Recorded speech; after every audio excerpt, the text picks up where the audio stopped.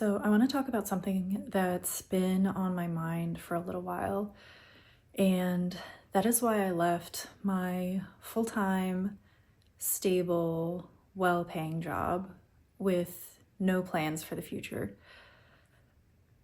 So, to start at the beginning, I was in the tech industry for about 7 years. I worked as a software developer. I was employed full time for that whole 7 years. And to go back even a little bit further, so I did not have a degree in tech. When I graduated, I moved across the country with my boyfriend, who's now my husband. Um, but yeah, we're from the East Coast and we moved to the West Coast. And we moved out there for him to get his graduate degree because he was going to UC Berkeley. Um, so we were there for 2 years while he was doing his master's. And during that time, I really didn't know what I wanted to do. So my college degree was in biology, which I loved, but I didn't love the career prospects that were available to someone with just an undergraduate degree in biology. I had worked in a lab a little bit while I was in college, and I didn't really like that. I thought it was too dry. I thought I wanted to do like field research, but as I went through my degree and gained a little bit of insight and maturity, I realized that doing field research it's hard work, and not very good pay. So when I moved to California with Josh, I really had no idea what I wanted to do, and I kind of just bounced around to different jobs. Like I worked for a temp agency, so I did a lot of kind of like random temp jobs around the Bay Area. I had a very brief full-time job working for a wealth advising firm in San Francisco. And that's a whole story in itself, but I was only there for 5 months before I got fired. Yes, I got fired from my first like full-time adult job.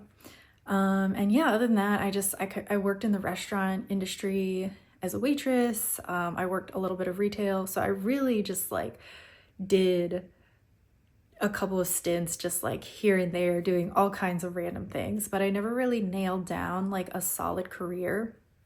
So after Josh finished his master's degree, he decided he didn't want to continue with graduate school. So we decided to move back to the East Coast, just to be closer to family and to kind of have that support system since we didn't really know anyone in California. So after 2 years in Berkeley, we moved back to the East Coast, and I knew that I wanted to get a little more serious about my life trajectory and my career. And web development was really big at that time. It had been for a while. We had a lot of friends from college who did get CS degrees, and they got very good, well-paying jobs right out of college. And I also had one friend who did a boot camp for data science, and that worked out well for her. So I thought I would give it a try. I researched different coding boot camps, and I found this one called Lambda School. It's not called that anymore. It's called Bloom Tech Institute now, if it still exists. But anyway, I found this coding school called Lambda School. And what I liked about it is that they had a deferred payment system, which not a lot of the boot camps at the time did. So what that means is you could go through the entire boot camp. It was like a 9-month course, and you didn't have to pay anything up front. How the payment system worked is once you got a full-time job, then you would pay them back. You would pay them like a monthly payment, and it depended on how much you were making. It was like a percentage. I kind of forget how much the percentage was. I want to say it was somewhere around like 10%, but I could be wrong.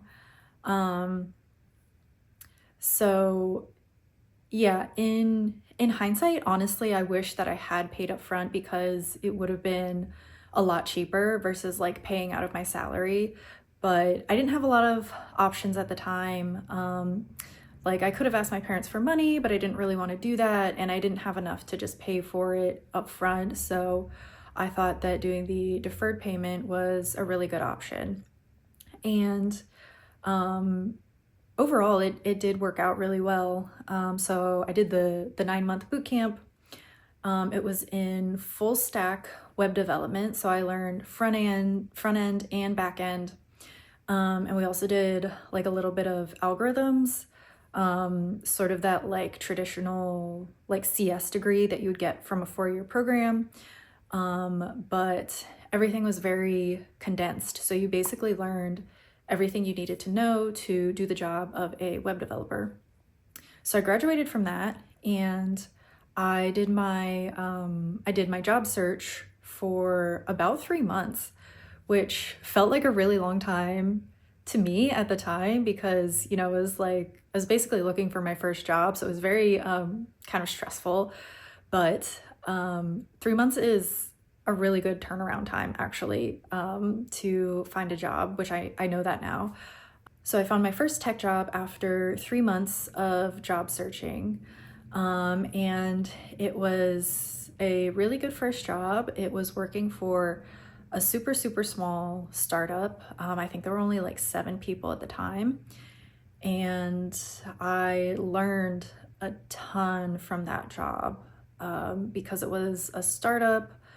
I had a lot of responsibilities sort of like right up front.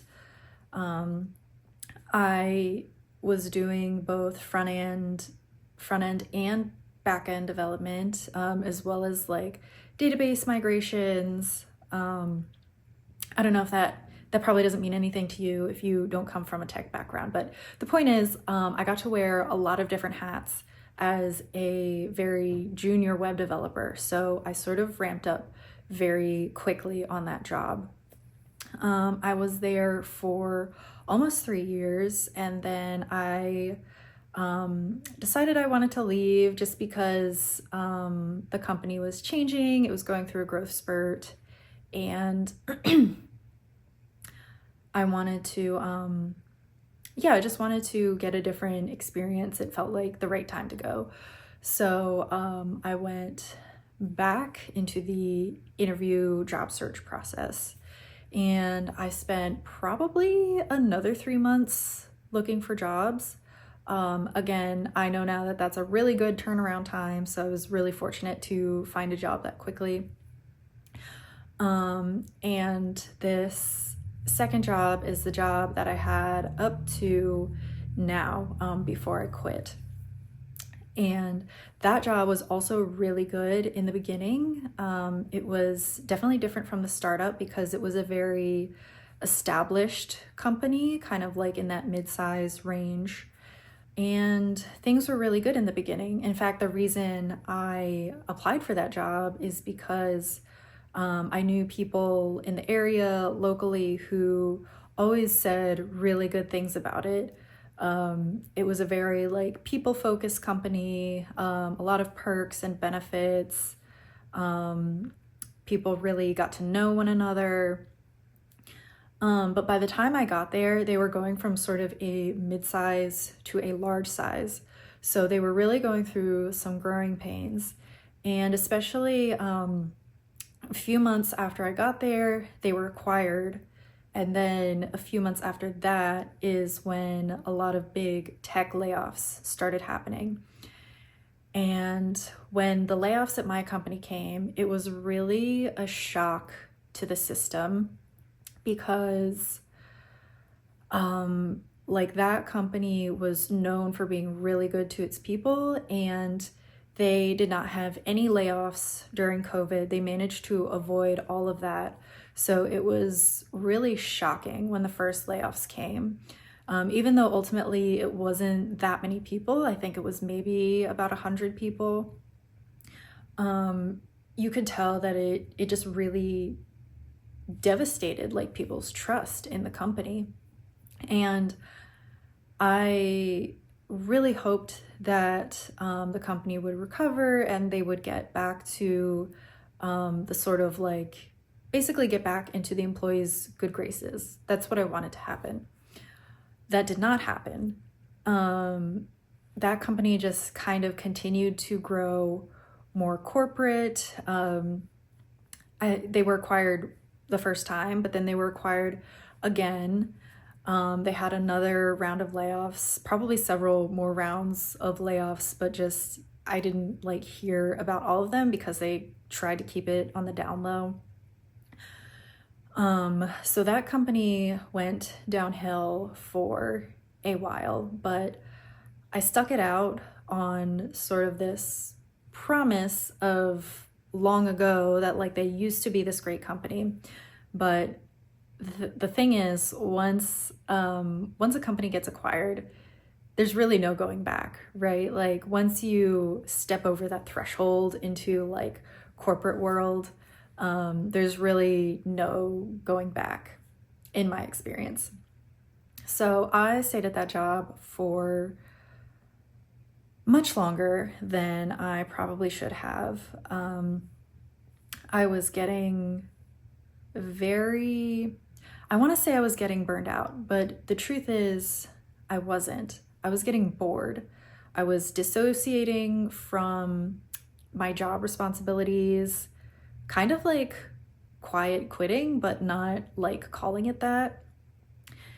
And part of that was a little bit self-inflicted because, like I said, I was in the industry for 7 years and I was kind of at that point where I was ready to move into a senior engineering role. But I didn't want to do that because along with that comes a lot of management responsibilities. And I knew I didn't want to go into management because, just like in a lot of other industries, managers in the tech industry have a lot of responsibilities, a lot of stress, but not a lot of recognition for what they do. So I knew I didn't want to go into management. So that was one reason why I decided to leave. Another reason was the advent of AI. So, to be perfectly honest, I think a lot of the like doomsaying over AI is a little overblown. So I don't want to like add to that. But at the same time, it really changed the way we worked as developers. And it took a little while to catch up as well. Like, AI came out and I was like, okay, whatever. It's like this thing on the side. And it took maybe like a year and a half, 2 years before they were asking all of the developers to use AI as part of their regular workflow. So, they paid for like a corporate license for one of the AI language models so that all of the developers would use it in their day-to-day coding. And did it make people more efficient? Maybe a little, but I think it had a lot more negatives than positives because, at least for me, it made me a lot more independent because I could, like, if I had a bug, I could troubleshoot it on my own.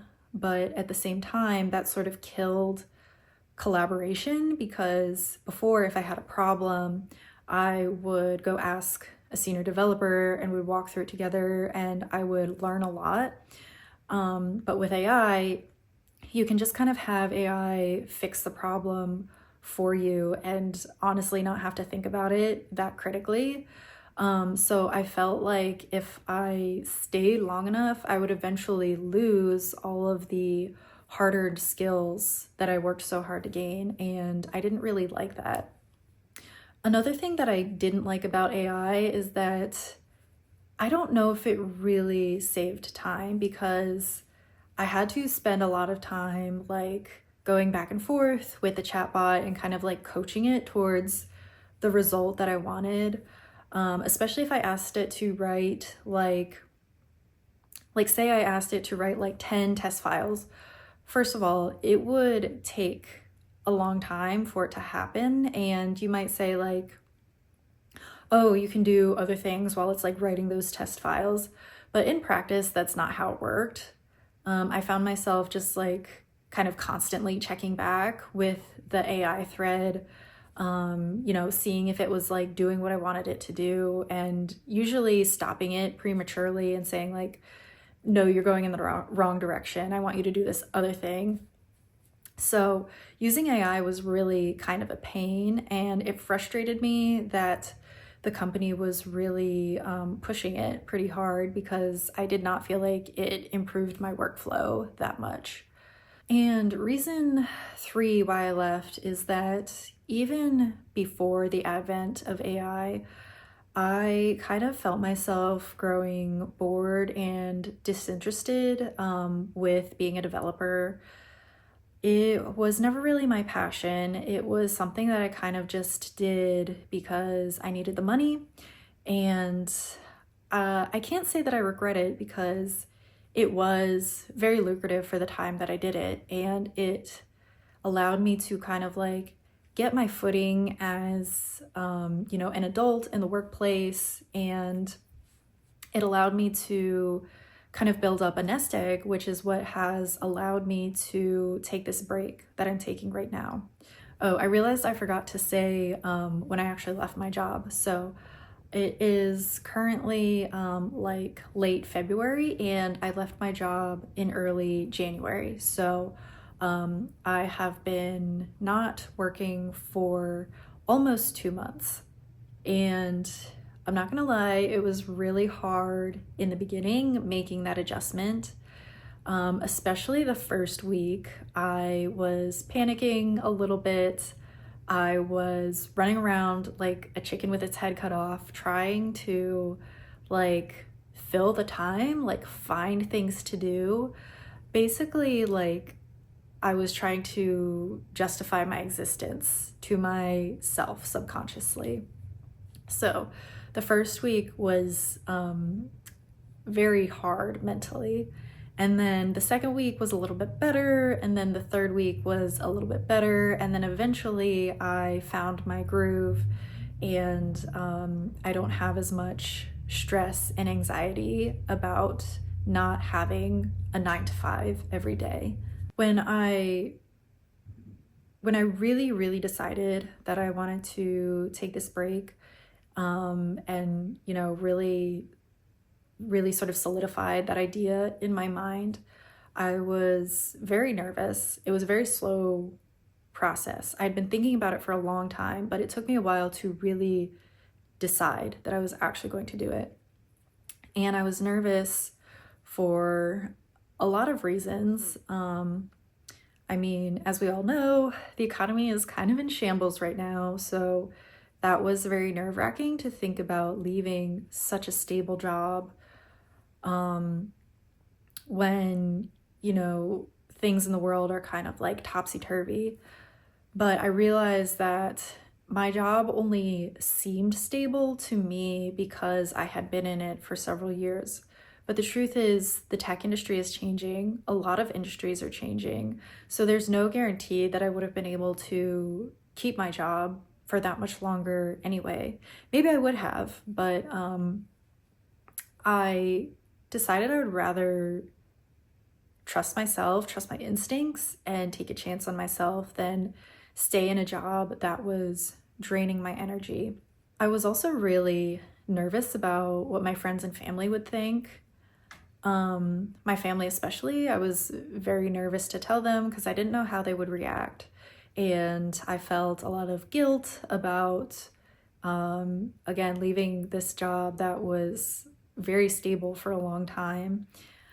And surprisingly, I got pretty mild reactions from my family, or maybe not surprisingly. I think I just kind of like built it up in my head that, my family would be like, disappointed or like afraid for me, but they were actually pretty supportive. You know, my mom was like, I know it's hard to figure out what you want to do in life. And so that was really nice to have that support from my family, which is one of the reasons that I feel a little more comfortable now in this break. One of the other reasons that I feel okay about it is because I have some savings, and I'm very fortunate that my husband still has his full-time job. So between his income and my savings, we're able to make it work.